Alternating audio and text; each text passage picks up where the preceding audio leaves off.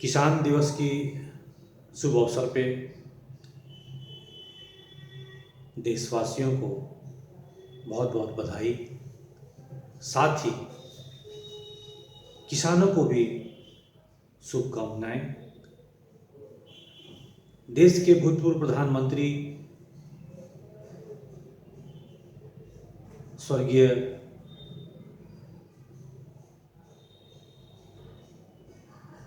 किसान नेता चौधरी चरण सिंह जी के जन्मदिन को ही किसान दिवस के रूप में देश मनाता है। क्योंकि चौधरी चरण सिंह जी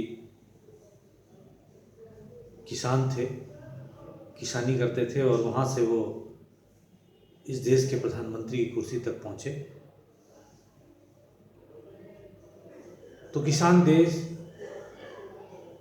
और किसान ये सभी एक दूसरे से हर तरह से जुड़े हुए हैं। किसान का बेटा ही जवान बनता है, किसान का बेटा ही किसान रहता है और किसान का बेटा ही डॉक्टर, इंजीनियर, आईएएस, पीसीएस और उन तमाम पदों पर सुशोभित करता है। क्योंकि भारतवर्ष एक कृषि प्रधान देश शुरू से रहा है। 85 से 90% लोग किसानी पे भरोसा भी करते हैं और अन्नदाता का भूमिका भी निभाते हैं। शहर हो या गांव, छोटा किसान हो, लघु किसान हो, बड़ा किसान हो, जमीन का मालिक हो, जमींदार हो, सभी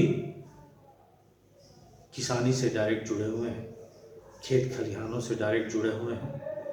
इसलिए किसानों की भूमिका इस देश के विकास में, इस देश की आज़ादी में, इस देश को आगे ले जाने में सबसे ज़्यादा महत्वपूर्ण है। खासकर आज का किसान, जहां भारतवर्ष दुनिया का सबसे बड़ा जनसंख्या वाला देश हो गया है, हमने चाइना को भी पछाड़ दिया और आज जनसंख्या के मामले में भारत दुनिया का सबसे विकसित जनसंख्या वाला नंबर 1 पर पहुंच चुका है। लेकिन अगर आप बात किसानों की हालत की करेंगे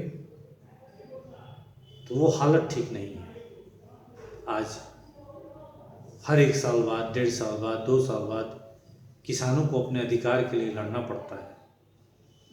आपने पिछले कुछ सालों में देखा होगा कि कैसे एमएसपी के मांग को लेकर देश का किसान संघर्ष कर रहा था और बीजेपी की सरकार ने उन्हें भरोसा दिलाया, लेकिन उन्होंने एमएसपी पे कानून नहीं बनाया। किसानों को दिल्ली आने से रोकने के लिए सरकार ने क्या क्या नहीं किया। एक तरफ जहां पत्थर की दीवार खड़ा की, वहीं कटीले तारों, बड़े बड़े किलों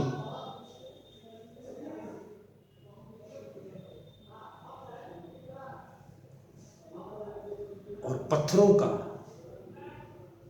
पहाड़ खड़ा कर दिया था उनके सामने, ताकि वो हरियाणा और पंजाब के जो किसान हैं वो दिल्ली तक ना पहुँचे, जो उत्तर प्रदेश के किसान हैं वो दिल्ली तक ना पहुँचे। लगा जैसे भारतवर्ष के अंदर किसानों को रोकने के लिए पूरी ताकत सरकार ने झोंक दी है।